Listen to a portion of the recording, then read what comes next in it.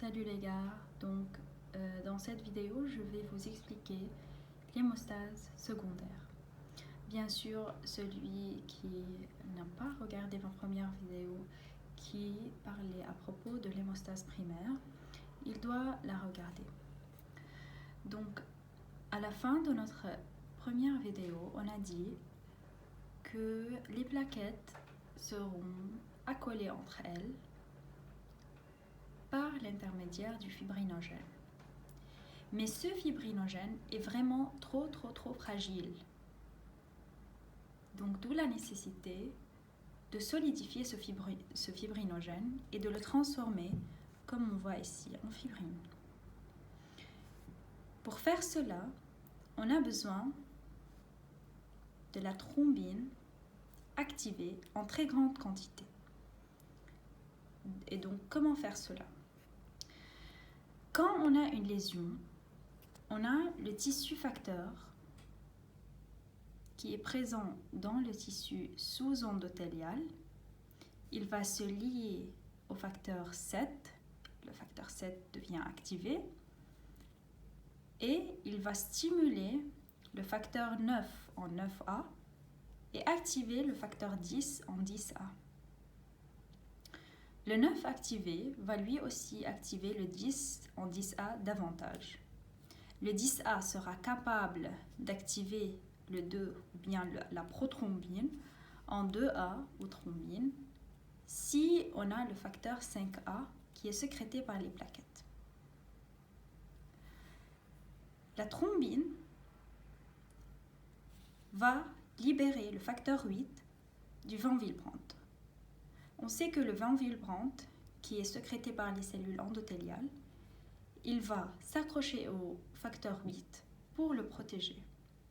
En absence de van Willebrand, le facteur 8 va se dégrader et va disparaître et on n'aura plus de facteur 8. Donc, bref, le facteur 8, une fois activé, il va activer davantage le facteur 9A. Et on a cette boucle qui va reprendre et qui va se solidifier davantage. D'autre part, en même temps, la kallicréine est aussi sécrétée par la cellule endothéliale. Elle va activer le facteur 12 en 12A. Le 12A va lui-même activer le facteur 11 en 11A. Et le 11A, en fait, il est activé par l'intermédiaire de deux choses, 12A et 2A. Donc, dans le cas où on a un déficit en 12A, on n'a pas vraiment un problème puisqu'on aura le 2A qui va prendre le relais. Donc, les gens qui ont un déficit en facteur 12, ils n'ont pas en fait une hémorragie. Ça va, ça n'affecte pas beaucoup la coagulation.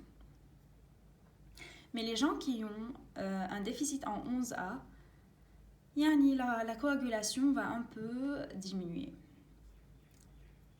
Et donc, bref, le facteur 11A va donner en présence du facteur 8A un push à notre boucle, un push qui va activer davantage et davantage le 9 en 9A.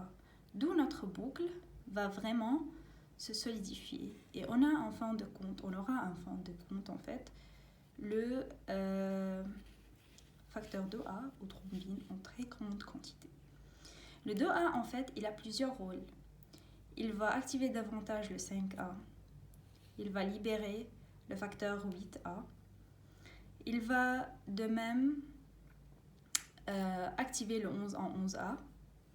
Il va aussi activer davantage les plaquettes. Et il va aussi activer le 13 en 13A. En fait, le 2A va transformer le fibrinogène 1, qui est un ensemble de polymères qui sont vraiment insolubles, en fibrine 1. Et le facteur 13 qui est activé va consolider davantage le fibrine 1. Et ceci par l'intermédiaire de liaisons covalentes qui va se faire entre les polymères.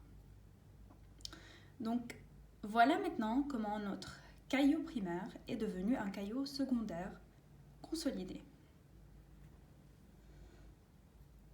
Voici